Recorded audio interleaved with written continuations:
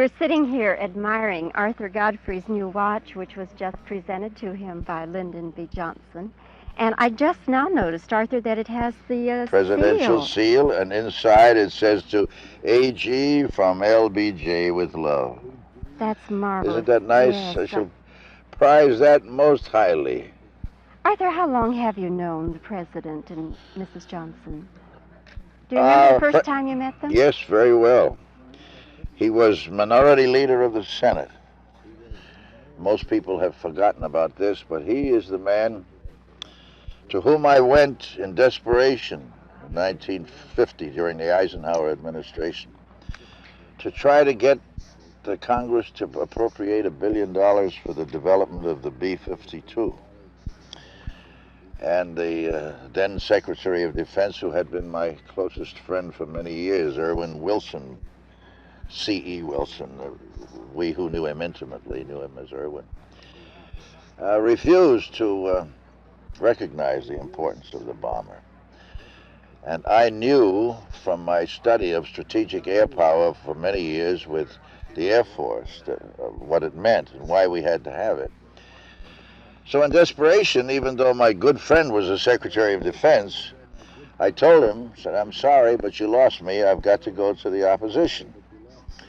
And I went to LBJ, who was minority leader. And I came down here to the ranch 17 years ago. I'll never forget it because that's when little Lucy was about this big and sat on my lap, little chubby, little cute thing. And I was the first man to dive into his swimming pool. It was just opened that day for the first time. It was in December, too. But anyway, as a result of that weekend, I was able to convince the senator of the dilemma we were in. He introduced me to the leader, the chairman of the Senate Military Affairs Committee, Dick Russell, the late Dick Russell, who appointed a subcommittee to study air power and was gracious enough to ask me whom I would recommend to be the chairman. I said the former Secretary of the Air Force, the first Secretary of the Air Force, Stuart Symington, who I knew would do a good job. And he did. He came up with a report, the like of which exists nowhere else in the world, is still today is applicable. Strategic air power, which includes, of course, everything else. And as a result of that report, $1 billion was voted by Congress. And he called me up on the phone and said, pass that bill today. Pass that bill today. Wanted you hereafter to stay the hell out of Texas. You cost the taxpayers money. Oh, he's wonderful. I know, He helped me later with the pay bill for the military pay bill. It was great. I know that you spent last night at the ranch because you were here today for the Highway Beautification Awards, which Lady Bird Johnson presented. And how did you find the president? I never saw him in better health. I was told in Chicago to be very careful because he's not well as he is. I should be so unwell as he is. Full of energy, wit, gracious, charming. Yeah, I never saw him better. I've known him a long time. He was magnificent when he was presenting his own awards after Lady Bird gave his own award. The graciousness, it's suave, but it's gracious and it's beautiful. Yeah, you know, anything like that. Arthur, did you all happen to watch McGovern's Vietnam? No. The president, you didn't. Oh, he was watching it, but I got a little machine that I'm interested in taking the measurement of the particulates in the atmosphere wherever I go. We send these data into Schenectady, they put it in a computer, and they come up with a map of the Earth. Map of Earth, we shouldn't say the Earth. Map of Earth, and show where the pollution is in the air. And it is amazing the number of particulates in the air here in sunny, beautiful Texas. Yes. You